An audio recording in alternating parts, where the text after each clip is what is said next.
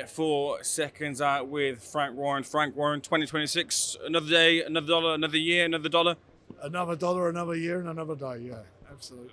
Indeed, looking forward to Nick Ball versus Brandon Figueroa. Look, intriguing matchup there. Brandon Figueroa, no mug. He's been a little bit long in the game, but still operating at a very high level. What's Nick Ball got to look out for? Two-time world champion. He's got a wealth of experience, height advantage, obviously, and reach advantage.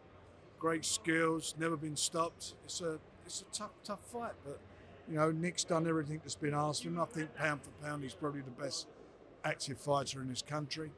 And this will be another fabulous night, I think, on Saturday. When it comes to Nick and Liverpool, obviously he's got a hotbed here. This being where he wants to box, but you've taken him to Saudi Arabia and elsewhere. Do you want to take him to other places and build him as a bigger star? Yeah, I mean, look, he's doing the business here in Liverpool. He's spearheading what we're doing in Liverpool. We've got a fabulous undercard with some great fighters from the northeast. We're involved in good fights. They all want to be the next big thing. And that's down to Nick and what he's done. I spoke to, in New York, Bruce Carrington. He goes by Shoo Shoo. He says he wants to come to the UK and turn the UK into the Shoe-K. He says he's been calling out Nick Ball for a fight, but it hasn't materialised. Do you think you can make the fight between the two of them? I'm sure there's something we can do there, and we'll see where we go. And I'd love him to bring him into the UK, and Nick can shoo him off. Still got the wit as well too, Frank. Going into last night, Chisora versus Wilder. Friends now, enemies later, Frank. Yeah, look, they're two seasoned pros, been there and done it as far as Deontay's concerned. Was he 6 times world champion? This is for both of them. This is last chance saloon to get another crack at a big title. Winner, and this, we use it. It's an adage, where does the loser go? But the fact of the matter is, at the age they are, where does the loser go? And the winner moves on. They're different fighters. They've got great ring craft. They've got great experience. But what they don't have anymore is the speed they had when they were younger. So this is going to be a big shootout. These guys are going to stand toe to toe and let them go. Don't know if you've seen now the viral moment of Deontay Wilder's at Talk Sport and Simon Jordan quizzed him on the allegations.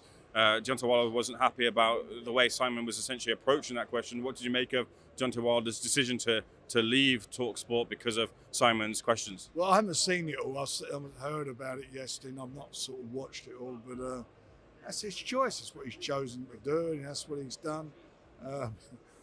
It's that's the nutty world we live in boxing sometimes.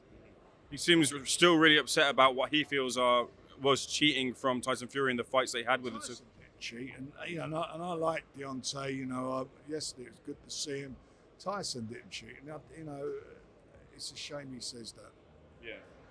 Is that a conversation that you have with him to try and No, I didn't actually, because you just brought it up, and yesterday, as I say, I didn't see the interview, so I didn't know what it was about. But not at all. It's Jesus, the fights were in America. See, they were in America. He was the champion. Speaking of Tyson Fury, returns against Arslanbek Makhmudov on Netflix, though, not DAZN. What's the situation there, Frank? Well, because Tyson has a deal with Netflix as far as his At Home with the Furies and with his documentaries he's made, and that's where the fight's going. I've heard a rumour of a big fight. I wonder if you can clarify it for me. Is Fabio Wardley going to fight Daniel Dubois, Frank? Is that correct? No. Okay. No, I'd like to see it, but that's not done at all. But it's in talks? Sorry? Is it in talks? Is it on the table? There's lots of talks going on as far as both the fighters are concerned, but we're not there with that yet. When it comes to Daniel Dubois, he's made the decision to reunite with Don Charles. Usually that happens sometimes, but there's fights in between that. He said, Don Charles has said there's been a decision happened with a committee to make him return to Don Charles. Were Queensberry part of that decision, or are you happy with him returning to? I didn't like the fact he left Don. I didn't think it was a good move. But look, he's found out himself and he's gone back, and I'm pleased for both of them. They were a good team, and I'm sure they'll go from strength to strength.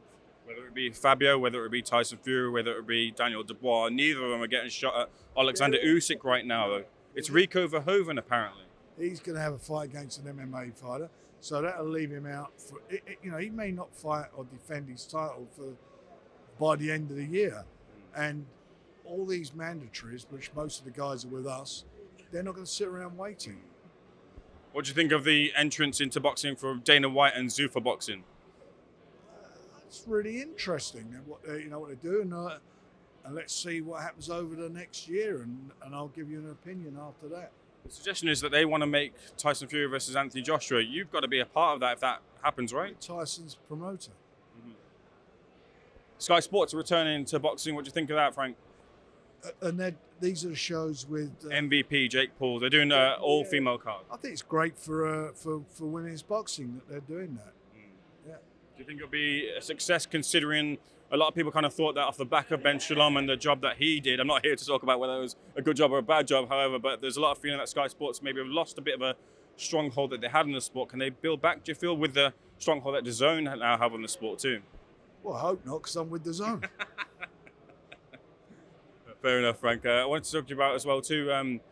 There seems to be a little bit of a uproar over the United States with the top tree-level fighters who don't want to pay their sanctioning fees right now. Shakur Stevenson has an issue. Terence Crawford has had an issue. What do you think about that situation with the sanctioning fees? I mean, look, you're fighting for their belt. You know what the terms are going on. First of all, the belt is what's enabled them to get to where they are, and that's where they've earned their money. So for me, if you are not prepared to pay the sanction fees, then don't go into the ring as their champion. You're either champion or you're not. You want the prestige of being their champion. That's great. Once you get there and you defended the title a lot, and then to say, sod you lot, I'm off. Okay, fine, but don't go into the ring as that champion. Give it up before. You're using that belt to tell the public, I'm the, WBC, WBO champion, whatever it may be. You're using that as a marketing tool. You've used that, you've fought for that belt. Of course you've got to pay sanction fees. We pay sanction fees. Promoter pays sanction fees. How do you think these things exist? It's the whole situation. Nobody wants to pay. Nobody wants to pay for anything, really. No one wants to pay taxes, whatever. But that's what makes it go round. Sometimes I do think that the fees with some of the organisations are a bit too much money. But the monies these boxers are earning, they're talking about, come on. Maybe I'm a bit of a conspiracy theorist, but is this all a little bit of a ploy to make the sanctioning bodies look bad, and then it transitions into Zuffa boxing could then look good because there's no sanction fees there? Boxing will become a sanctioning body. That's what their model is, same as UFC. It'll be their fights, their belt, etc. And that's what it'll be. Dana White said that he wants to blow all the promoters out the water with his shows. After the back of the two shows, do you feel blown out the water? The biggest selling show I'm talking about for an audience last year was at Wembley, which was Usyk and Daniel Dubois. Sold more tickets than any boxing show in the world. We sold out Germany. Last year we sold out down on the south coast, a couple of shows, all sold out. We're sold out in Dublin. We're sold out more or less in Manchester. Just a few tickets left for our show in Manchester for Moses. This is done extremely well. Hopefully we'll sell out here. I don't see any threat at all from anybody. We do what we do. They'll do what they do. I don't think about them. Boxing certainly isn't broke here. Boxing's doing extremely well in this country. You just said Sky's getting back into it. Look at the promoters, look at the fighters and the fights that are taking place. It's brilliant. The point is, if Dana White is saying boxing's broke, then he's saying promoters like yourself are part of the problem. But what is the problem? I don't understand what the problem is. I think it's about boxing and the fights not being made is something that Dana White said. That's what Dana White says, not myself. I understand. I get that you made the fight. Sorry, but can you explain to me what fights are not being made? Is that a good fight we got on Sure, of course, yeah. on Saturday night? Was not the Usyk fighting against the world, against any unification against Daniel Dubois? Wasn't that the fight? The two champions fight for all the belts. You look at all these fights; they've been made for years. Obviously, the Saudi and the Riyadh season made a lot more fights happen because obviously the money was there. But the facts of the matter is, the fights are happening. I don't agree with that whatsoever. They may, in America, I don't know what's going down, but certainly here, the fights are being made. And we're getting on with it and doing it. And if they weren't being made, public would be coming out and buying tickets. They would be attending the shows. You know, that's the facts of life. Last point on Zuffa, they're looking to essentially put their fighters in uniform, meaning the likes of Prince Nassim Mohammed could never wear the leopard print and dance to the ring like he did. Like Derek Chisora can't come out in the big Undertaker type style or the flag he bears as well too. What do you think about the personality side of things being taken away from fighters if you join Zuffa? But look, that's how you build stars. Look, for me, I don't know a lot about UFC, and what Dana's done is a brilliant job. But anybody says, they say, I'm going to see a UFC tonight. I'm going to go and see a UFC show. And that's the brand, because the brand's bigger than the fighters. A couple of fighters come through, like Conor McGregor, and I think a couple other guys have come through and later. But in the majority of them, it's about the brand. Boxing is about the boxer. You don't say, I'm going boxing tonight. You say, I'm going to go and see Nick Ball tonight. I'm going to go and see Tyson Fury, whoever it may be. And that's the difference. They're great at their brand. We are about the boxer. Right, good conversation. Much appreciated.